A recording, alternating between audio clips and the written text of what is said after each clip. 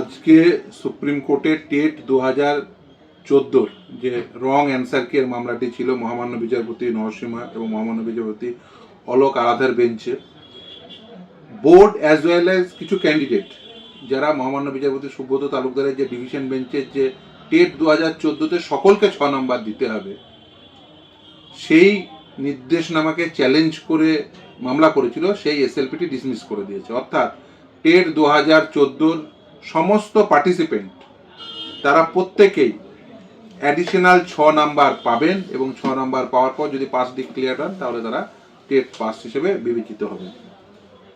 এতদিন ধরে মামলা পেন্ডিং। টেট 2014 যে পরীক্ষা কন্ডাক্ট হয়েছিল, সাবসিকুয়েন্টলি আপনারা জানেন যে 2017, তারপর 2018 নাগাদ যদি আমি হাইকোর্টের নির্দেশকে বিচার্য করি তাহলে 2018 টু 2026 এতগুলো বছর এই মামলাটি পেন্ডিং ছিল।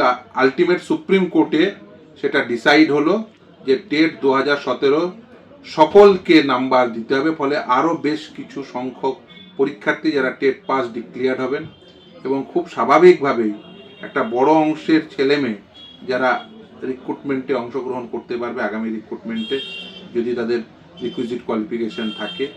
ফলে খুব স্বাভাবিকভাবেই এটা একটা ঐতিহাসিক রায় বলা যেতে পারে।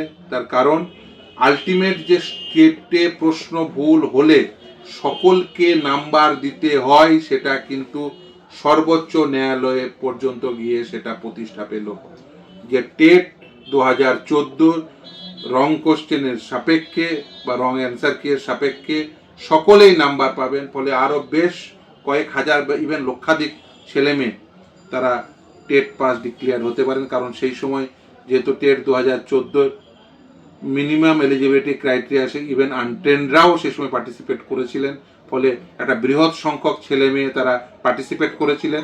যদি তারা ইন দ্য মিন হোয়াইল যদি তারা ট্রেনিং কমপ্লিট করে থাকেন তাহলে তাদের রিকুইজিট কোয়ালিফিকেশন অ্যাটেনমেন্ট হয়ে গেছে। ফলে খুব স্বাভাবিকভাবেই তারা সাবসিকুয়েন্ট যে রিক্রুটমেন্টে যদি তাদের অন্যান্য কোয়ালিফিকেশন থেকে থাকে তারা চাকরি পাবেন।